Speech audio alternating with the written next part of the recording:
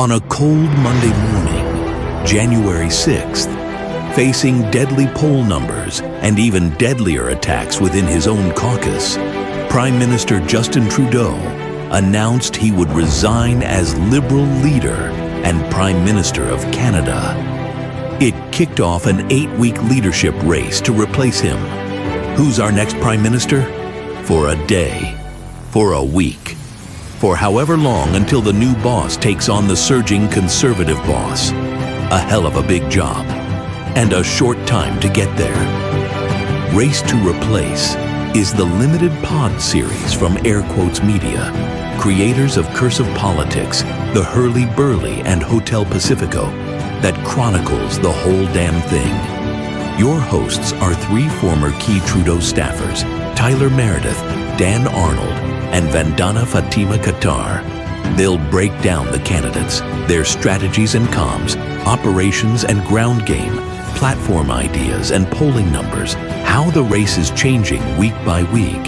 And if you think this sounds like a Liberals only kind of thing, remember this: smart politicos keep their friends close and the opposition closer. Listeners, take your mark. Every week for the next 8 weeks, subscribe now to Race to Replace.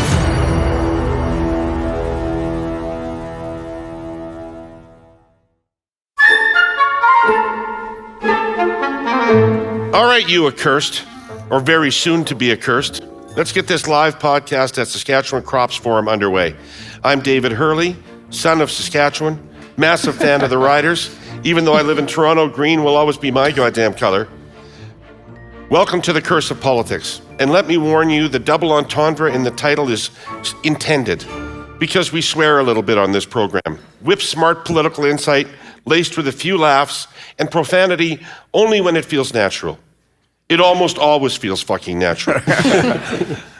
It's politics. So let me introduce you to the people who put the cuss and discuss our political panel. Scott Reid, right here. Scott is one of Canada's most sought-after crisis and issue managers. He's been a senior advisor to Prime Minister Paul Martin and counseled CEOs, senior execs, and political leaders at every level. He's seen and heard all over TV and radio, and he's regularly published in The Globe and Maclean's. Scott Reid is officially the king of all political media. Jordan Leichnitz has spent over 2 decades of experience in progressive political strategy and campaigns at every level of government. She spent 10 years on Parliament Hill in senior strategy positions for the NDP, including Deputy Chief of Staff to the Leader. Jordan is currently Canada Program Officer for the Friedrich Ebert Stiftung Foundation, which is my absolute favorite German political foundation. And Kory Teneycke.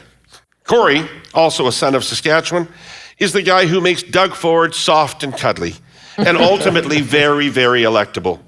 He has 2 decades in public affairs, including Director of Comms for Prime Minister Stephen Harper. Kory was campaign manager for Premier Ford's landslide majority victory in Ontario in 2018 and was the leading force behind the Premier increasing his majority 4 years later. And me, David Herle. I frequently enjoy Lemon Heart rum and Coke, and let me tell you people, this may be fine for washing down your cold cuts, but do not mix this with rum. It doesn't work. My dog's name is Ryder, because calling him Ronnie Lancaster, the Little General, is too many syllables and people in the dog park would think I'm weird. I've worked on campaigns and campaign strategy for the Liberals since the early 80s, advising Ralph Goodale, Prime Minister Paul Martin, and Premier Kathleen Wynne, and many, many others. Here's what we'll be talking about today. Update on the action in the Liberal leadership race to replace Trudeau. The Premiers and the Prime Minister are meeting today about the US tariff threat. Up to now, Canada's response has been chaotic and contradictory. Are we going to get our act together or be swallowed separately? We'll take those 2 issues apart, and then we'll end, as we always do, with our heus. So team, Scott, Jordan, welcome to Saskatchewan. So excited to be here. It's awesome. We brought the good weather. The only claim I have to Saskatchewan is that my closest friend introduced me to the Rough Riders, and so I am now a Rough Riders fan, and my sons are Rough Riders fans, all thanks to David Herle. Absolutely. As they should be. I promise you this is the year. That promise gets made a lot. Okay, let's get rolling. It's only Wednesday, but a lot's happened since we last spoke on Monday in the Liberal leadership race. Christy Clark, whom we spoke a fair bit about on Monday, is out. Francois-Philippe Champagne, who a lot of people thought was going to run, is out. Karina Gould is apparently going to be in the race. She's a minister in the government. But since her most high-profile supporter is Sheila Copps, I'm going to go out on a limb and say this race is between Mark Carney and Chrystia Freeland. So Carney's announcing tomorrow in Edmonton at the rink he learned how to play hockey in. Scott, what do you want to hear from him tomorrow? I want to see something from him tomorrow. There's lots of interesting things to hear. I want to hear how he maneuvers out of the consumer carbon tax and into something that holds together. I want to hear how he wants to take on Trump. I want to hear lots of things. But what I most want is I want to see him in action in front of a crowd of people, bigger than this room, with people standing up and sweating and desperate and thirsty to hear him raise the roof beams. I want to see if he can take that kind of crowd and that kind of arena and put it in his hand and just play with it. And because I think that's a fundamental test for any would-be leader, any would-be prime minister. Can you excite people? Can you hold the platform? We joked the other day, we mentioned that there's lots of swearing in this. We joked the other day on Monday at our podcast about, there's a big question mark around Mark Carney. Like, how does he perform at retail politics? And we called it the fuck yeah test, right? Like, is he going to make you go, fuck yeah? And we saw the other night on Jon Stewart the first hint of fuck yeah, not bad. Now, it's not an arena with 600 people. It's not a stump speech. It's not a stem winder. But his charm, his wit, his humor, his obvious intelligence all look pretty good. And I think it's had a big psychological effect on Liberals as I talk to them. You could almost hear the breath of relief coming out of people. It's like, oh my God, I thought he might go on there and be a wooden puppet, absolutely faceplant. And then where are we? What? Like with Chrystia, that's all options left. So far, so good. We'll see what he's like on Thursday, but what I'm looking for is energy. I'm looking for his ability to fill that room and hold that stage. Right. Jordan, what do you think he has to say? Yeah. I think it bears stating that the race is, I think, pretty much now his to lose. He is clearly the front runner. He's now the only one who's going to be in that race with something of a claim to being an outsider. So that positions him very strongly. But to touch on what Scott was saying, so the interview on Jon Stewart's show, I think, showed some of his strengths, but also showed some gaps in his ability to connect and communicate. So the strengths were, as Scott said, look, he's warm, he seems personable, clearly a smart guy, had a lot to say. But when I watched that, I also saw somebody who defaults to policy when asked questions. And when he talked about some of the struggles that Canadians are facing right now, he spoke about that in cliches, and he sort of talked about people like he studied them in a textbook rather than having any anecdotes or having any stories that suggest he spend time with people who look at their bank balance before they go to the grocery store. So I think what he needs to say is he needs to demonstrate that he can, we saw when we know that he can operate in that policy space and be a smart guy in that room, but is he able to make that connection with regular people, even if those regular people are Liberals? And is he able to actually carry an authentic understanding about what's going on in people's lives? Because that's what's been missing for the Liberals under Trudeau, especially over the last 2 to 3 years. He's got to get some of that lived-in, dirt on his cuffs look of Jagmeet Singh with his three-piece suit. Listen, I don't want Carney to get any dust on the French cuffs. It's just really hard to get out. Kory, the theory behind any prospect the Liberal Party has is that they can themselves represent change. Canadians are in a clear desire for change in their government, and they were going to demonstrate that to Trudeau in spades. Right. If Carney doesn't want them to demonstrate it to him, what does he have to differentiate from the government on? First and foremost, he has to make a break with the carbon tax. Like, I think that, you guys have talked about it before as table stakes in the race, and I think that holds true. That the debate with most of the Canadian public it's kind of moved on from that. Like, it's, carbon tax is bad and we should be rid of it.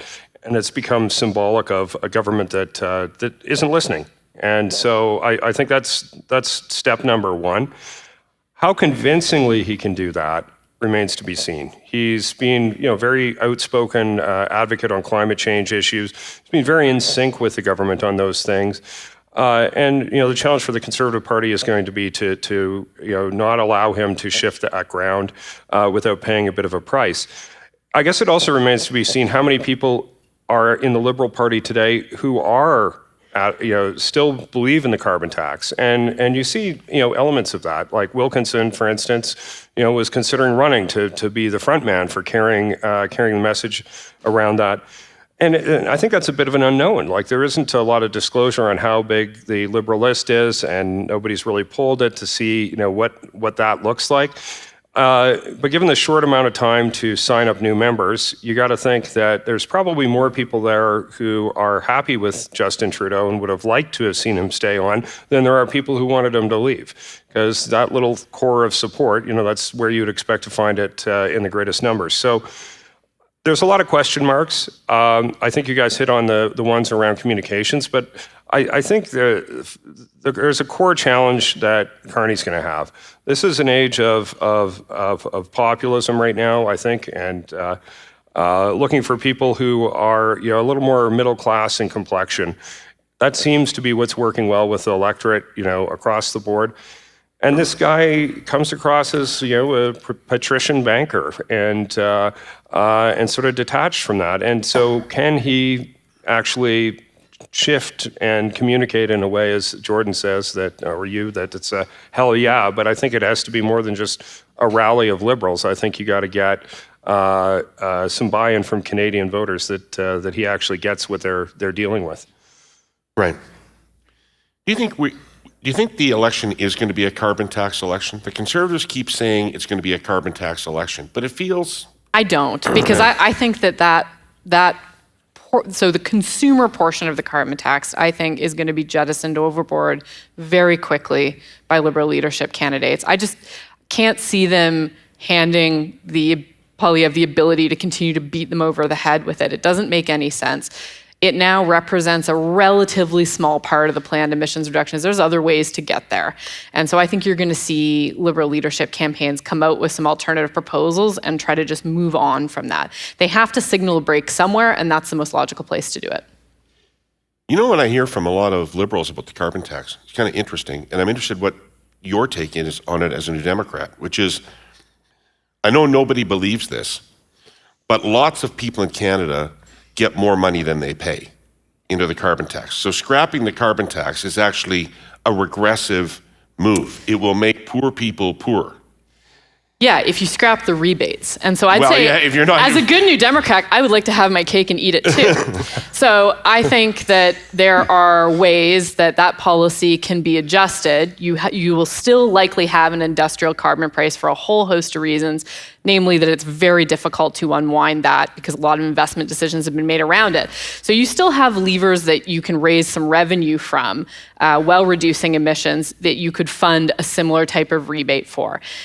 There needs to be also investments so that people have choices, right? It doesn't do any good to just hit people if they don't have any ability to change their behavior, to take a bus or to buy an EV, because those things either don't work, don't go where they need to go, don't turn up, or they can't afford them, right? So there's other ways, I think, that you can eat that elephant, and we're going to see that coming from Liberal leaders' campaigns. Right. Okay. Scott, yeah, go ahead. Like in terms of the issue set, like I hear what you're saying, Jordan, in terms of the carbon tax might be taken off the table, but I don't think that's ultimately what's going to really shift the ground that we're fighting on. I think it's going to be the tariff fight with the United States. And as we saw in like the 08-09 financial crisis or during the pandemic, sometimes something can come on the table or into politics. It's so big that it just clears all the other issues off, and the campaign is about that one thing. And I think we're going to be entering that moment. Yeah, we'll see, I guess, on the 20th or the 21st of this month, when Trump takes office, what those executive orders look like, whether we're facing across-the-board tariffs. But if we are, it's going to present an interesting opportunity, I think, for Carney, given his background. I think he's has a unique set of experience that might look good in that environment.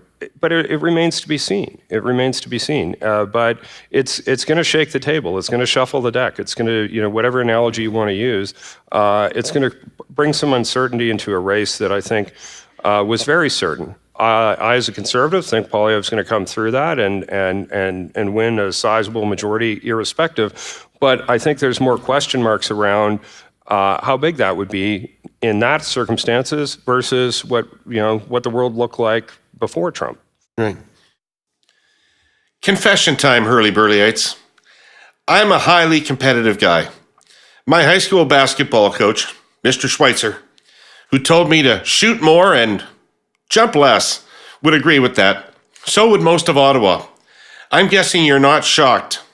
Healthy competition drives the good stuff in life, in politics, in business. We've been talking about competition here for weeks now. Our presenting sponsor, TELUS, believes more Canadians benefit from more competition in the marketplace, not less. So much so they've gone to court to fight a federal cabinet order barring them from offering wholesale internet services to new customers in Ontario and Quebec. They're not the only ones who feel that way. No less an authority than the Competition Bureau of Canada said that allowing TELUS wholesale access in Ontario and Quebec will improve competitive conditions in those markets, and here's the key thing, lower prices for consumers. Let me just underline the salient points here. The Competition Bureau is an independent law enforcement agency. They protect and promote competition for the benefit of Canadian consumers and businesses.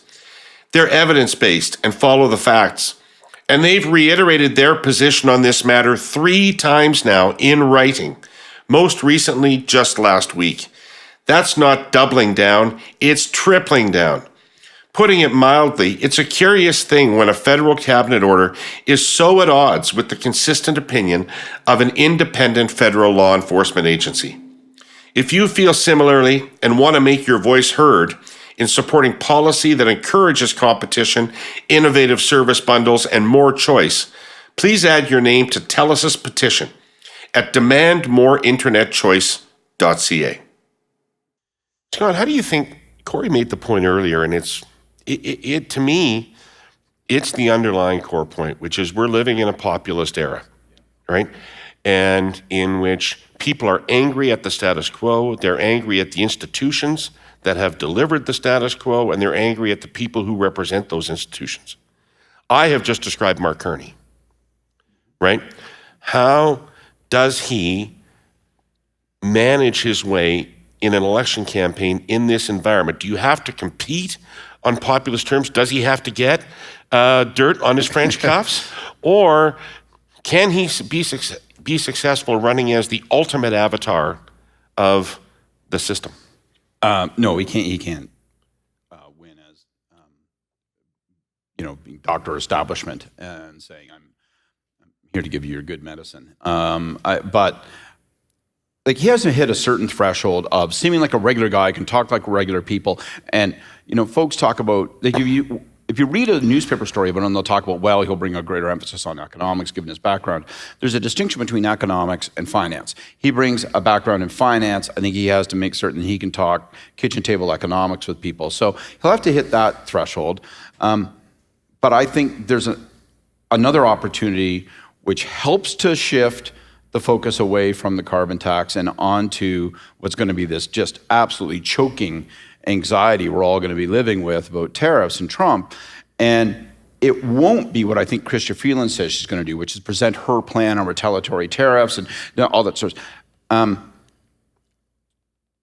I think it would be a mistake for Carney to say, as you may know, I've been a Oxford Blue banker for some time, and therefore I'm the right person to manage this unique challenge of Trump and tariffs. I think instead he should be going right to the core question of who are you going to be fighting for? And that's where he gets an opportunity. He doesn't have to be populist in the sense of trying to, speak like a prairie preacher, but if he can deposit with people that he's going to be fighting for them, if it becomes established over a handful of the next few days that the tariffs are impossible to overcome, I don't think the trick is oh, what's your plan for retaliatory tariffs? That's part of it. I think the opportunity to connect with middle-class voters and people is to say, if we're going to be living with this for 6, 12, 24 months, well, then by Jesus, we're going to have to do something to support our producers. We're going to have to do something to support industry, and we're going to have to do something to support workers. So that means we're going to have to draw massively on the Treasury. Think kind of COVID terms almost, right? Not quite on that scale, but not small either, and saying like, we're going to have to use the power of the public treasury to help our industries, to navigate this, to help people, and to make certain that they're financially supported while we deal with this madman to the south, because it may take 24 months before he feels the pain of the economic distress that he's unleashing on Canada and the rest of the world. I think if Mark can position himself there, get to that faster and first, then that's an opportunity for him to connect with real people, and they go, oh shit, he's thinking about me. He's not just talking in abstract terms like the Treasury or the Secretary in the United States. Right. What do you think the Conservatives are going to be listening for in his remarks tomorrow? I think to the tone piece, like, where is that pitch coming in at? And you I think described it very well, Scott. Is it the macroeconomic view of this, or is it the kitchen table view of this? And I think one of the areas where Freeland really didn't do the government any favors is the inability to talk about that kitchen table stuff in a way that was at all believable for people. Disney? Yeah, the Disney Come thing. on, man. That was real people stuff. Yeah, right? But I think the government hasn't been able to demonstrate empathy with where people are at, and saying, well, I know things aren't great and you're not feeling good, but thank God we're not in Switzerland. Look at what their GDP growth is compared to ours. Or that sort of pitch of, you should actually be saying thank you because things are worse someplace else in some foreign land. It doesn't land. And we've seen other people who, politically have been able to do that well. And it's just none of them have been in the federal cabinet. So we'll see whether Carney can actually communicate in a way that's more normal and more accessible.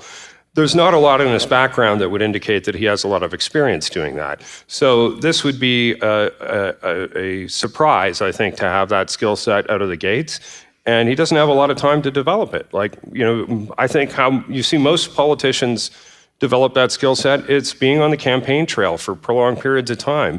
It's almost like a stand-up comedian, refining their act. Before you're playing the big stadium, you're probably doing a lot of little comedy clubs and seeing which jokes land and how do I get the timing down. And that's a process that these leadership races are supposed to tease out of people. But given the short amount of time they have, and given that he hasn't really been doing that, in the lead up to this, it's like skipping that step. And you don't see a lot of examples of politicians skipping that step, and then they just show up on the stadium stage and every joke lands. I don't think it works that way. There's a little advantage though, there might be a little weird perverse advantage in that, if you want to look skinny, stand next to the fattest guy in the room, right? Yeah. And that's the other reason I have you on the panel. There we go. Wait a minute. Freeland is going to be on the stage with him and in the race with him. And I guarantee on this test that you're saying, I'll bet you $100 American that she will in her launch. I know. In this economy, Scott, my God. 4,000 Canadian bucks.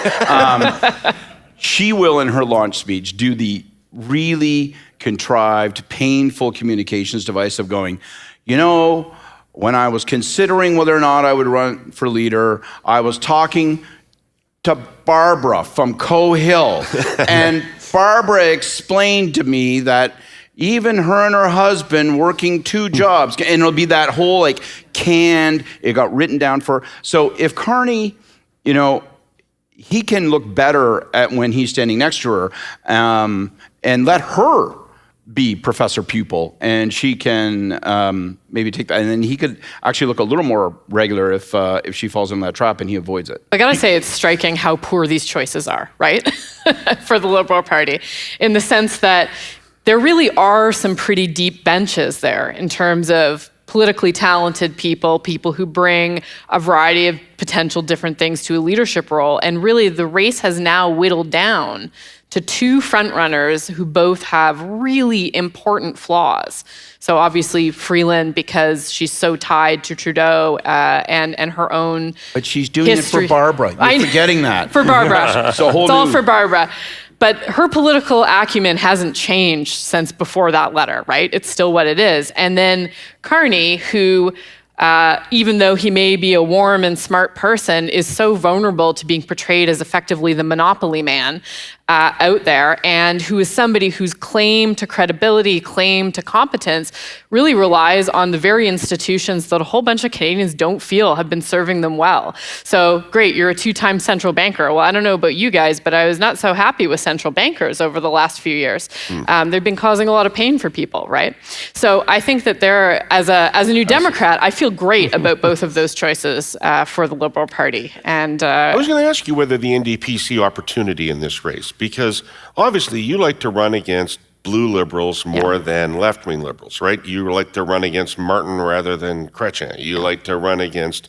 So, and Carney fits into that category as a switch from Trudeau. But the thing that I'm curious about going forward is whether NDP voters are going to be more concerned about a slightly better policy approach, a policy approach from the NDP they prefer to the Liberal policy approach, or stopping Poilievre. Yeah, that's right? a big danger for sure. And I think that, you've seen some resilience in the federal NDP numbers in the sense that they've been holding steady even when Poilievre has been surging. And historically, you would see a pretty big bleed from the NDP to the Liberals in that situation, which obviously didn't happen because of Trudeau. I think that the whole conversation in the Liberal leadership race about the party shifting more towards the radical center, if you will, is good for the NDP. It opens up more space. The party has really been squeezed to the center left under Trudeau. And so they're going to have a bit more elbow room. And probably, for the NDP, I would say you couldn't really pick a better Liberal leader from central casting than Mark Carney, because it allows them to go out and provide a more left-leaning, economically populist counter-narrative to that. But the question is do voters who are NDP Liberal switchers, are they going to be more scared of Poilievre than they are excited by that potential narrative? And Right. so that's where viability becomes a challenge for the party. And so they need to, even as we're starting to see some lift in those Liberal numbers nationally, the party needs to be fighting hard to really try to keep that neck and neck outside of Quebec as much as they can. Yeah. So if you aren't among the millions of people who've been tuning out of political news in the past few months, you've probably heard about the staggering trade disruptions the incoming American president is threatening to impose, starting on his first day in office. He has described trade-crippling tariffs as beautiful things. Well, our sponsor, CN, regards smooth, unhindered trade as a beautiful thing. Canada is by far the biggest trading partner of the United States. Total trade in goods and services between the two countries is nearly $1 trillion US. And CN is a crucial enabler of all that business. Take cars. CN transports more than half the finished vehicles sold in Canada, and a huge chunk of vehicles sold in the States. The railways network in both countries services 12 assembly plants and operates 18 vehicle compounds that ensure the smooth movement of cars and trucks. The North American trade bloc produced more than 16 million vehicles in 2023. Of that total, about 1.5 million were produced in Canada. Well over 500,000 Canadians are directly or indirectly employed by the auto industry. And that's not counting another million or so jobs upstream and downstream. In the United States, that number is nearly 10 million. At this point, the auto sector in the US and Canada is so mutually reliant, it is effectively one integrated industry. Consider this: a single vehicle's parts and components can cross the border as many as 8 times before final assembly. The trade arrangement that exists between Canada and the US is quite simply the most successful on earth. It spells jobs and prosperity for both countries in capital letters. As I said, a beautiful thing. CN would respectfully suggest it is something that deserves protection, not disruption. Kory, one last question about the leadership before we move on, which is about Freeland. So she made the biggest noise in Canadian politics in some time when she resigned and wrote that letter to Trudeau. And we haven't heard a thing from her since, right? Now, she's assumed to be running, but Carney's been out there, first of all, with a series of leaks about his candidacy, then with the Jon Stewart appearance, and now he's announcing tomorrow. And nothing from her. Is that a campaign strategy? Like, what are they thinking?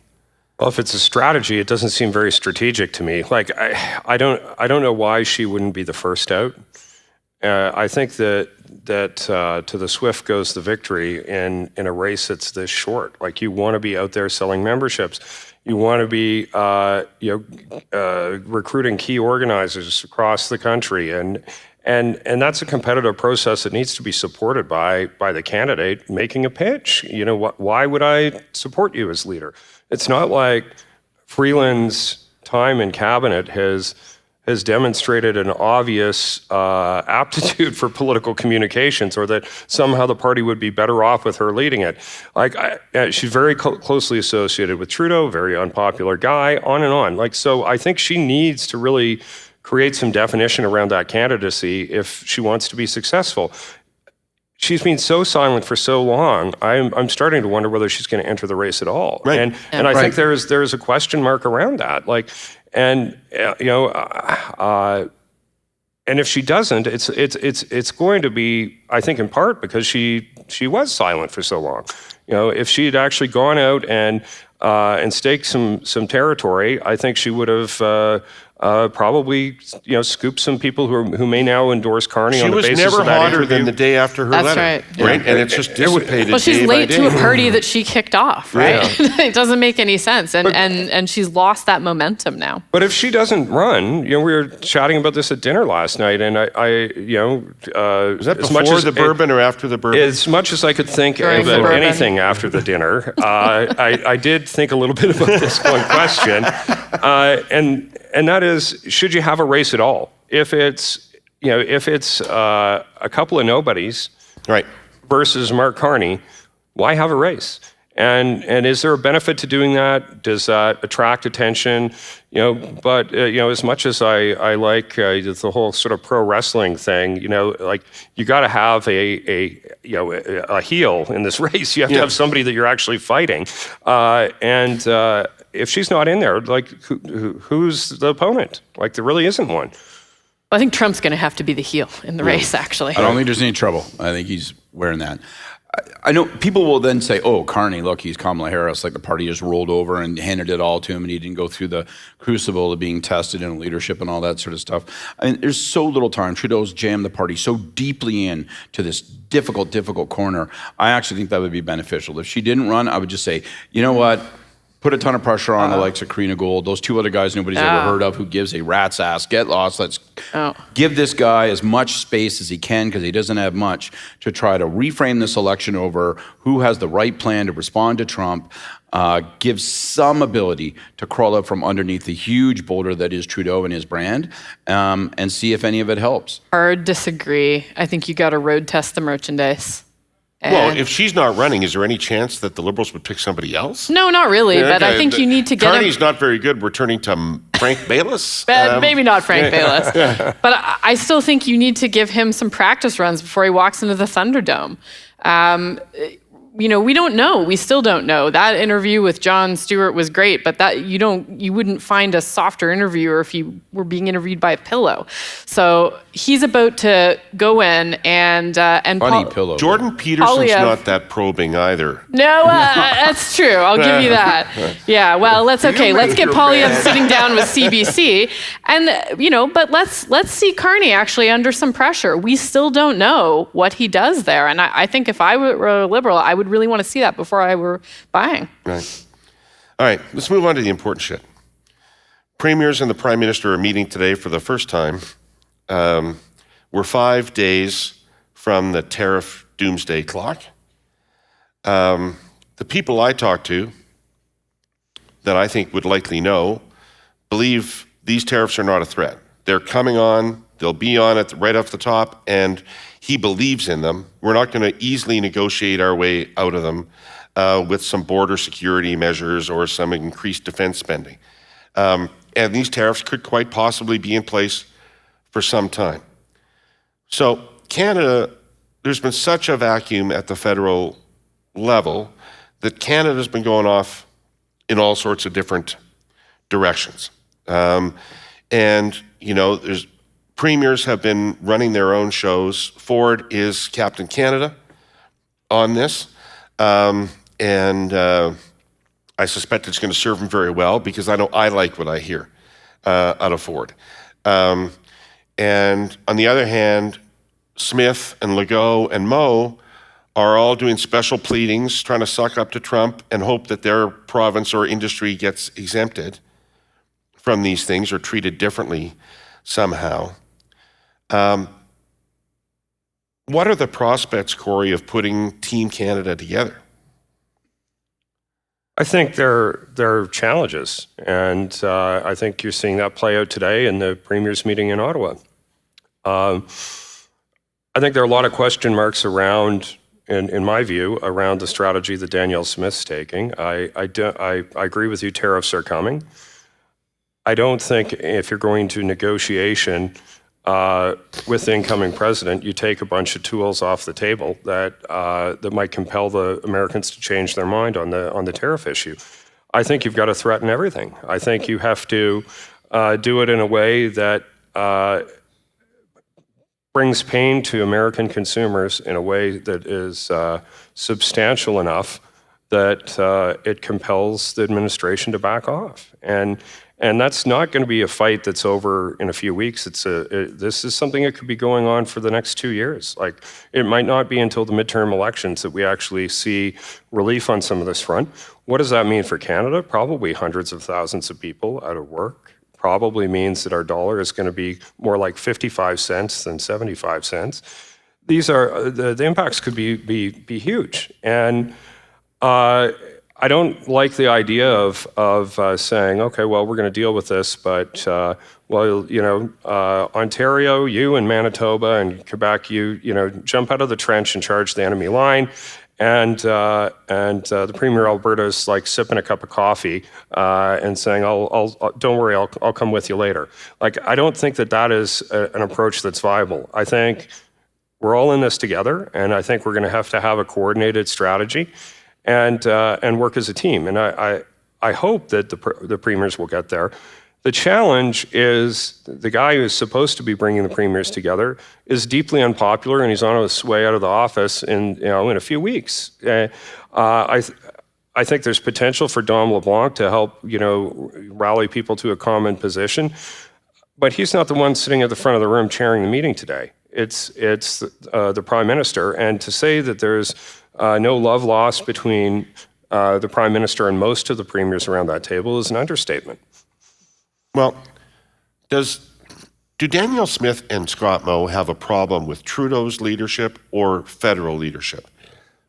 Would you expect them to be sort of willing participants in a national approach under anybody else, Pierre Poilievre? Or are they going to be the same? Well, Pierre certainly has an ability, I think, to influence their thinking on these things that's greater than what the Prime Minister has. After all, he enjoys higher levels of support in their home provinces than they do themselves. I think there's an enormous amount of goodwill amongst conservative voters and for Poilievre right now, and I think he can use that goodwill to push them in a direction that's different than the one they're going in right now. Whether he will do that or not is an interesting question, and I think could have broad-ranging repercussions for him politically if he ends up in a position where he's siding with Alberta and Saskatchewan against Ontario and Quebec, where the seats are that will ultimately elect a government. And it pains me to say that as someone from Saskatchewan, but that's just the math of the House of Commons. Right. But I mean, this question about these two provinces, and I'm conscious, like you are, of being home and having this conversation here, but I mean, the real levers that we have with the United States are resources, right? They're resources, and they're here, right? It's oil and gas, it's uranium, it's potash, it's other critical minerals.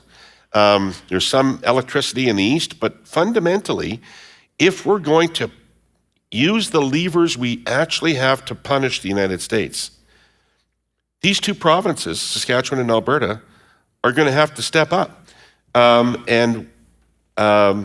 Now, I guess the question is that something that they do,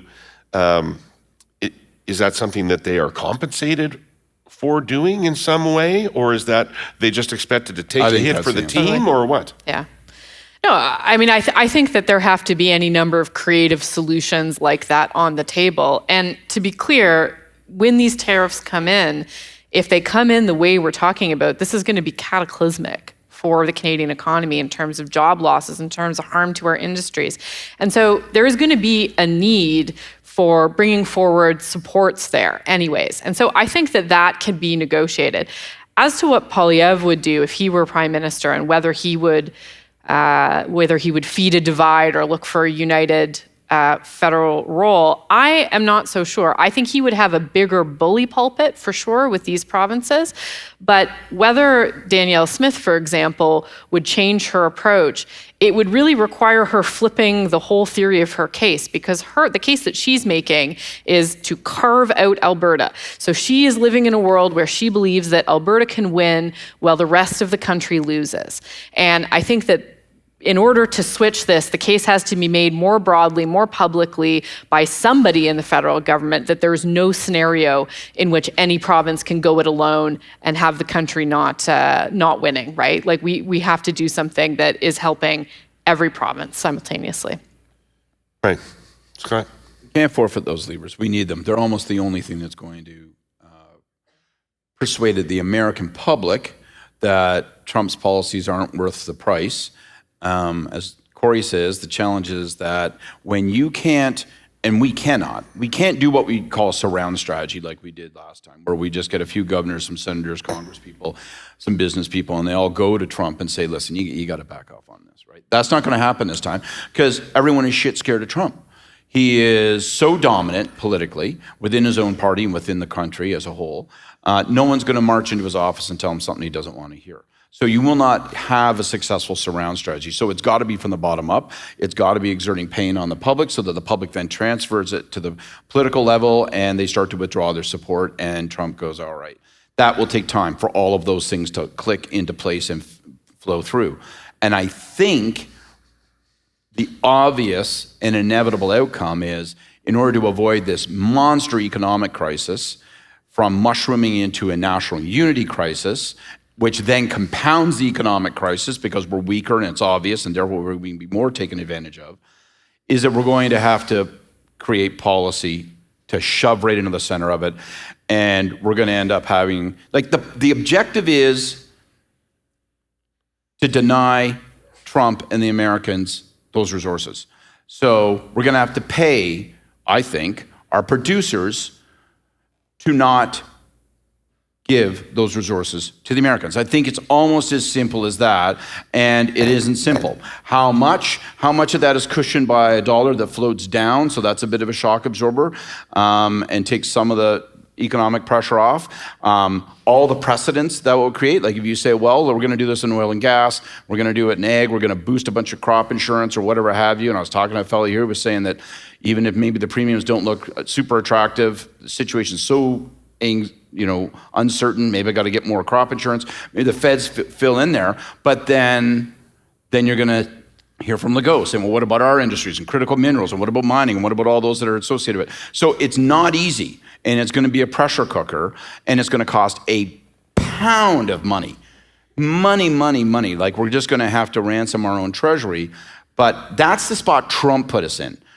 Not to be fair, Danielle Smith, and not Trudeau, that's the spot that Trump put us in. I think we'll come to that consensus quite quickly, and maybe so quickly that it will relieve some of the political pressure on Poilievre, because all he has to do is agree with that approach in broad terms. But if he comes out like he did in the pandemic and say, this is all bullshit, right, we shouldn't be spending this money, and the damn central bankers shouldn't be letting the dollar float. His instincts on that have not always been good. If he jumps into that then, well, then he puts massive pressure on himself, because it's like, well, then what is your answer, smart guy? Like, how would you manage it then? And going back to your original question about what is the next election going to be about, I think we're going to have a merger of an affordability and a Trump election. These two issues are going to merge into one, and it's going to be the economic crisis at the household level, at the economy-wide level that's been kicked off by these tariffs.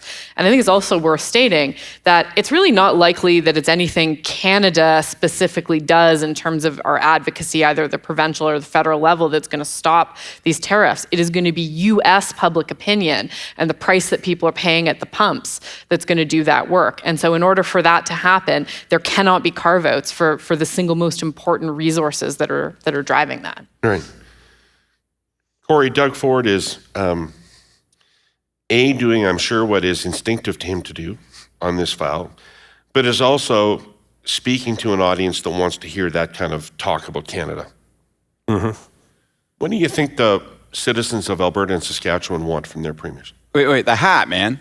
Yeah. Yeah, they all want the hat. Did you see Ford today in the news conference? He's wearing the ball cap. Did you tell him to put that ball cap on? Did you look at him before he put the ball cap on and see what he looked like with the ball cap on? I wish I could take credit for that, right. but I can't. But I thought I communicated very well. But look, what do I think? What do I think about this?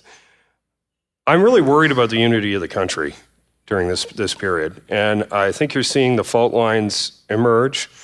As a result of the pressure these tariffs are going to put on our economy. And we've just talked through, how all that plays out. But I think the opportunity and maybe the way to bring it together is to do some things that we should have done a long time ago. More pipelines to Tidewater, get Energy East built, get Northern Gateway built. What other things can we do? Maybe LNG in not just in BC, but in Quebec as well. Like, Quebec is very wealthy in natural gas, and they don't use any of it. I think there's things like that we could do that would be very smart for us, make us less dependent on the United States for the sale of our energy assets, but also other things. I think that's a way to move things forward. But I think for Alberta in particular, but Saskatchewan as well, I always liked the line that Premier Brad Wall had, that we get more pipelines built if transfer payments move through them. It's but I think the federal government has really let Western Canada down, and for a sustained period of time. There's a reason why you don't see a lot of Liberals elected here. It's because it's not only they're not the home team, they're the guys who are fucking. Yeah, okay, but Kory, those pipelines didn't get built under a Conservative government either. So what makes you think that would change under Poilievre? Well, I think a national emergency is what allows you to move more quickly, and I think that's kind of the space that we're going to be in. And you're correct. Like, the Conservatives had a hell of a time getting pipelines built too, and it's something that we're going to have to overcome if we don't want to be impoverished. But if you look at the GDP per capita falling, what is it, like 8 quarters in a row, whatever the number is. That's not good. That just means we're all getting poorer. And if you think we were getting poorer before, wait till these tariffs come in. We're going to be getting really poor really fast, and we're going to need to come up with a strategy to deal with that. And it can't just be we're going to subsidize people forever, because that's not going to get you richer. I hate to say it. We need to develop markets that are not the United States to a greater extent, and that means we're going to have to overcome some of the NIMBYism. It means we're going to have to be a lot more efficient in creating partnerships with First Nations on these resource projects. All that stuff has to happen, but it's in a kind of we're at war sort of timeline. And I think that's the potential to bring it together, and I think that's the correct path for a Poilievre to take us down. But if not, if it's just we're going to fight over how we respond to Trump, and you have Western Canada paying a disproportionate price for that, that's not going to sell here. But if you have a position where everyone except Western Canada is going to pay a price for dealing with the Americans, that doesn't sell either. And so that's why I keep coming back to we're all in this together, and we all got to carry the load together, because any other way of doing it, I think, is going to fracture the country. Right. But one way or another, these provinces shouldn't be expected to make an unusual sacrifice relative to the rest of the country. I agree. It has to be done on an equitable basis. Right. Otherwise, what electorate would accept paying the full price of this while somebody next door isn't? Like, it's so grotesquely unfair that it'll create a huge amount of political resentment, and it might not just be political resentment. It has the potential of creating separatist movements in more places in Quebec, and I don't think that's good for the country. Right. It means you got to let the dollar float probably south of 60 cents, and you're going to have to spend buckets of money and still be criticized for it, because as you throw buckets of money into unprecedented and what will be crudely shaped programs of support, you're going to be leaving all kinds of people out, and there's going to be legitimate and illegitimate complaints of the precedent should apply to me too. So it's going to be stormy, stormy weather, and by the time we get through it, is it really reasonable to imagine that Pierre Poilievre's going to be able to say credibly, it's a carbon tax election? It feels like that's a wall of change that's going to hit him. And I think he is going to be really pressed on what his solution is going to be to help people at the household level as well, because all of this is coming on the heels of those punishing interest rate hikes. We've seen rising unemployment, wages are not keeping pace. We have some of the highest household debt in the world here in Canada. So people are already just at the edge, and this will push a lot of folks over. So there is going to be a strong need for really urgent help, even if it's not going to make people rich in the long run. That's what people are going to need in the short and medium term. And how quickly he gets his head around the political reality of that is going to make a big difference. He does have that tiny advantage of a 27% lead in the polls. Yeah. So that is a little bit, like, I'm not declaring him dead and over. I don't see how Poilievre I don't know gets how his way you out can of this. crawl out of that. I think We'll it's see. Yeah, tombstone time. But it is an interesting dilemma for them, and things are forcing them to make choices. They haven't had to make any choices for a long time, and now they're going to have to make some choices, because the Liberals are going to try to whipsaw them between Ontario and the prairies. And which side are you on in this dispute, right? And we were talking last night, I'm old enough to reminisce about when Bill Davis was the Premier of Ontario and Peter Lougheed was the Premier of Alberta, and they were at significant odds over energy policy in Canada. And Joe Clark was absolutely neutered by the whole thing, and ultimately couldn't win Ontario as a consequence of it. It is likely, in my mind, and tell me what you think, but I think it's likely that Poilievre is going to have to actually create some space between him and Smith and Moe. Yeah, I think that if you're looking at the electoral math, that's the obvious choice. The margins by which the Conservatives win seats in Alberta and Saskatchewan are substantial, and substantially higher than the margins that you win seats in Ontario. And it's very difficult for the Conservatives to form a majority government without, taking north of 75 seats in Ontario.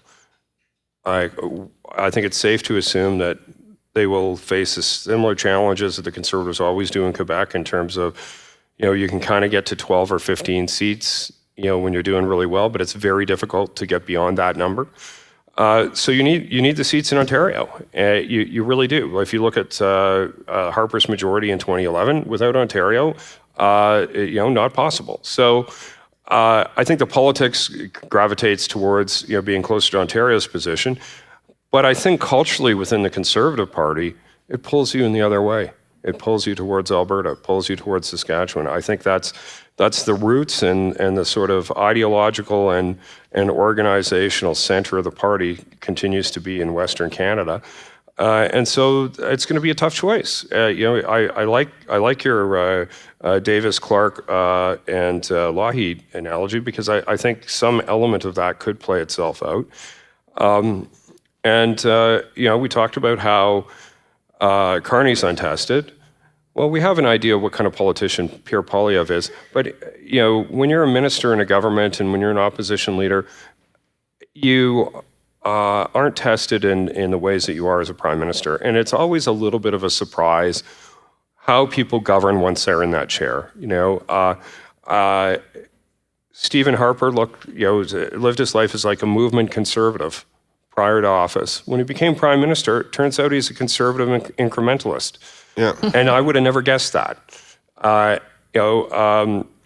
Everyone behaves a little bit differently in government, and so we're going to find out in short order what kind of prime minister he is. I think he'll be quite a good one, but what flavor is he going to be? Is he going to be somebody who is more of a Margaret Thatcher, or is he going to be more of a Ronald Reagan? Like, is he austere and absolutist, or is he kind of sunny vision kind of guy who's going to try to bring people along with him? I don't know. We're going to find out. It would look like he's probably more the Thatcher variety from where we sit now, but as I think say, he did just pinky promise Jordan Peterson that he would never ever moderate. Yeah. So. yeah, well, people say a lot of things. Since he was 7. That's right. On everything. People say a lot of things. Life has a way of bringing reality to decision making around stuff like that. I look at the 08-09 financial crisis. We were in a federal election campaign at that time, and you had Stephen Harper, who's like an Austrian school economist who morphs into a Keynesian in the blink of an eye to try to prevent banks from collapsing and the supply chain for the auto sector. We went from no more corporate welfare to owning a 20% stake in General Motors overnight. Everybody's a socialist in a foxhole, Kory. Well, hopefully not everyone. So, Scott, in that 1980 example I use of Clark and Davis and Lougheed, the Liberals under Pierre Trudeau took advantage of that by embracing Ontario and running virtually an explicit anti-Western Canada campaign, right? We will screw the Westerners and take their oil and give it to you, Ontario, at a cheap price, right? That's essentially what the campaign was. Screw the West, win the rest. Right? Well, and they had 75 seats as a spotted. That's big difference. There's a big difference. But Carney is from Alberta, and he's announcing in Edmonton, so it sounds like he wants to play up those roots. It sounds like he wants to be seen as a Westerner, so it doesn't sound like he'd want to run that kind of campaign. So how do you take advantage of it without running that kind of campaign? Well, I just come back to, I think you sandwich policy in there and you say we're going to keep people whole. We're not going to ask you to suffer an export tax on energy. Instead, we're just going to ask you to either pump it into a strategic reserve and we'll purchase it at a certain price, or we're going to ask you to keep it in the ground and we'll pay you for not pumping it. And I think that's going to be the way they have to square the circle. And then lots of other similar philosophical approaches and programs for other sectors and or workers and so forth. So I think that, to me, I must be missing something, because that's almost the only way I can see out of it. Either you choose on a balkanized basis one region over another, or you try to use the power of the federal treasury to keep everyone whole in a way that seems really weird and hard, but I think really weird and hard is maybe the only thing that's available. And I don't think for a second that Poilievre is Clark. I don't think he'll be allowed, they're not stupid. They can see all these things coming. They know these considerations.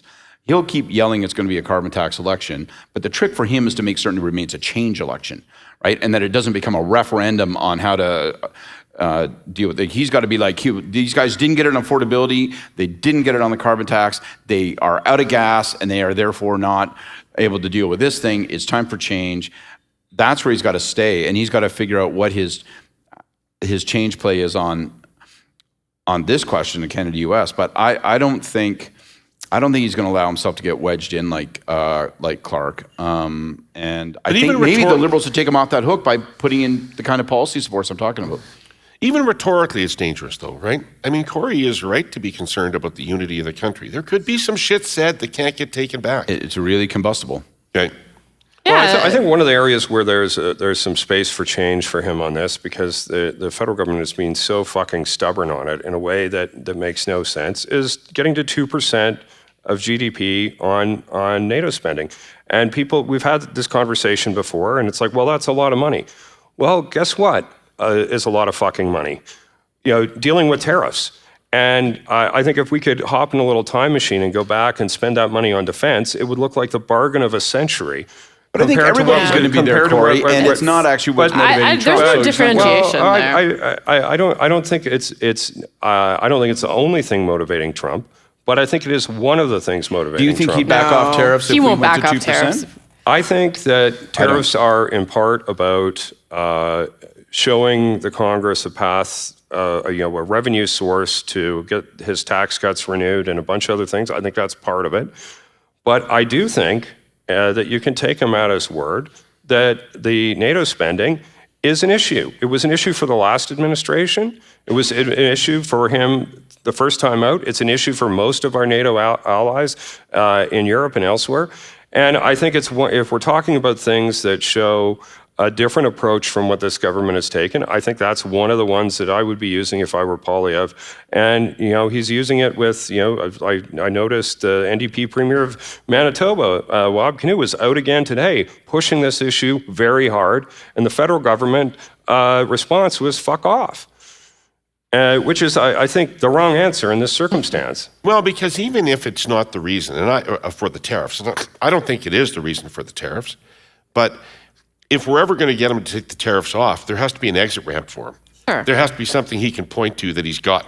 So I think we might as well get there on the defense spending and look, anyway. to be clear, I think we will get there. And regrettably, the way that we're likely going to get there is it becomes a lot easier to meet a 2% of GDP target when your GDP shrinks. So it's about to get... We're just going to shrink the economy. Shrink our economy to meet our military. We're just going to put a submarine on the credit card and we'll be good to go. No, but look, there's a lot of ways to meet that target. And if you look at our NATO allies in Europe, they find all kinds of ways to look at their own domestic capabilities that can count towards that target. So there are good, and this is what I think Premier Kinew is out there saying quite rightly, that there are some really smart investments that can be made that create jobs, that help communities across the country, and actually would even be a form of economic stimulus in a time like this that would count towards meeting that target. Wait, you know Europe better than any of us. And 2% is already an outmoded number in Europe. Yeah. Right? Like people over there are saying, you spend 5% or start learning Russian. Well, yeah, One of those two it things. turns out that when you have a land war with Russia, your opinion changes pretty rapidly on this. Absolutely. So, is 2% even a relevant number for Canada anymore? Well, I think it's relevant in that it's what's on the table right now with Trump. It's relevant in that it's a bar that we haven't. But it's now the price of entry, right? So we have to figure out how to reach that.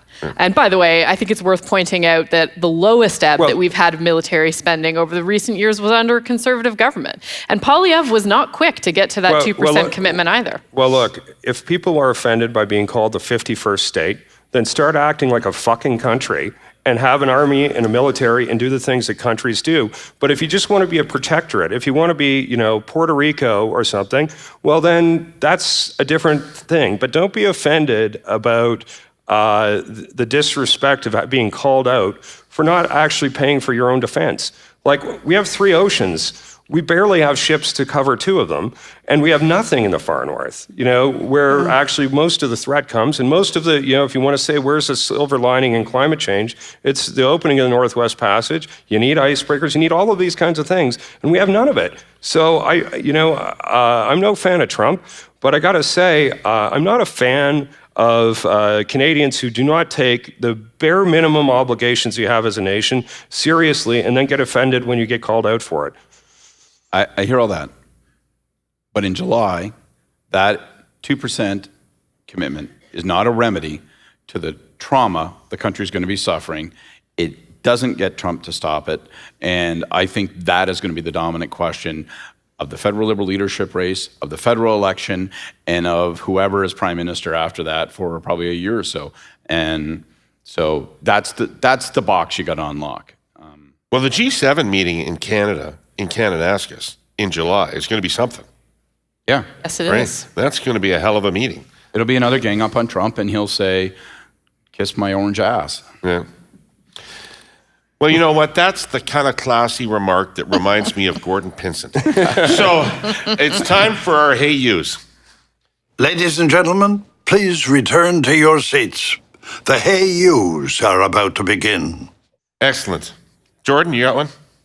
Well, I think I guess for a second time this week, my hey you's got to go out to Danielle Smith, and I think I'll expand this to include Scott Moe. And, it is a team sport, federalism, as it turns out. And I think that they are missing a crucial opportunity to bring back some of the pride, the unity, and strength that they like to talk about so much in their political world to the threat that we're facing from Trump. I think that what Smith has done this week has so weakened and so damaged Canada's standing. There's a meeting today where the premiers are getting together to discuss these things. There is an opportunity to choose a different path. And I think that for the sake of all the people who are about to be impacted by this, my hey you is to go out and to pick that different path now. Put some demands to the federal government on the table about what you need to get on board, but get the hell on board. Excellent. Thank you. Scott. My hey you is going to get me even deeper in trouble with Liberals, but my hey you is to Chrystia Freeland, and we kind of touched on this earlier, and my message to her now is we look at how the world is unfolding and how this race is unfolding and how all that confronts the Liberal Party of Canada in this government. She has every right to run. She's wicked capable. She more or less prompted Trudeau's departure and did a huge service to the party. But in my opinion, mansplaining asshole that I am, I don't think another service to the party will be running at this point. I think that will just extend this race. It will hobble the party's ability to renew even quicker, and it needs to renew immediately. And I think her association with Trudeau is her prominent place in the race will serve to underline and keep the Trudeau brand alive, literally and figuratively. If she were to withdraw from this race, I think the race would collapse quickly, and that would give the party a better shot at renewal. I wouldn't have said that if everybody else was in. If Julie was in and Christy was in, I wouldn't have even gone there. But now there's actually a literal option where we can just say, let's just pull the plug on this thing, and you don't have to struggle under the huge weight of Trudeau's unpopularity. And I would get going. You're assuming she would lose. I am assuming she would lose. Right. And I think one of the reasons for her silence is that she got a lot of calls from a lot of MPs after she wrote that letter. And then she called them back after New Year's and said, can I count on your support? And the answers are not yes. Right. Right. All right. Kory, hey you. Well, I'm going to do one to my boss, Premier Doug Ford. I think he's on absolute fire right now in a good way. And this is like kissing yourself in the I mirror, know. though. I mean, like, I you're too close to Ford to call out Ford for his wonderfulness. I think he's doing really great. But I think we touched on what the A challenge. little awkward watching this. Oh, now do I have to change and do something else? Am I going to get that much shit? I think the challenge is going to be what we talked about earlier, and it's to take all those relationships that you have with the premiers and actually bring them into consensus, because I don't think we're going to have anyone there to do it. The prime minister is chairing these meetings. I think he's very divisive. I think it's going to be a real problem. And I do worry about the unity of the country. I do worry that if we have all the provinces going separate ways, we're going to be in a real crisis. And I don't think that we're going to have an election till the end of May. And maybe there's an opportunity for Poilievre to put that together once he's in the prime minister's seat. But you can't really do that work from the opposition benches. It doesn't work. And so by process of default, I think it's going to rest on Ford's shoulders. I think he is the one who's going to have to bridge that divide because it's not going to be the prime minister. And I think Poilievre's going to be, ultimately helpful in this, but this thing could be half over. We could be in the middle of, I think we're going to be in the middle of it in another week. So anyway, hey, Premier Ford, all eyes on you, and you're really going to have to step up. Great hat. My hey you is related. My hey you goes out to Ontario Liberals. For all the reasons Kory just said, the Ford re-election campaign is rolling down the track and is going to hit town in a few weeks. Don't forget about the Ontario race, Ontario Liberals. Yes, the federal thing is the shiny ball right now. Yes, the future of the federal party is critical. Yes, doing better at the federal level is critical to the party's future success. But I would argue that in large measure, the future survival of the Liberal Party depends on being at least the official opposition in Ontario after this election campaign. That's really important. It's not a sideshow. It's not the minor leagues. It's critical to the party's future. So if you're a Liberal Ontario, have fun in the leadership, but go knock doors for Bonnie Crombie. Please go knock doors for Bonnie Crombie. Don't listen to David. Yeah, Don't just, listen to David. It's okay. Liberals in They got Ontario, this. do not listen to David. Yep. All right. With that, thank you all for being here. Thank you for Thank being you so such a much. great audience. I'd like to thank our presenting sponsor, TELUS, and our sponsor, CN Rail. Hope that goes over well in this room.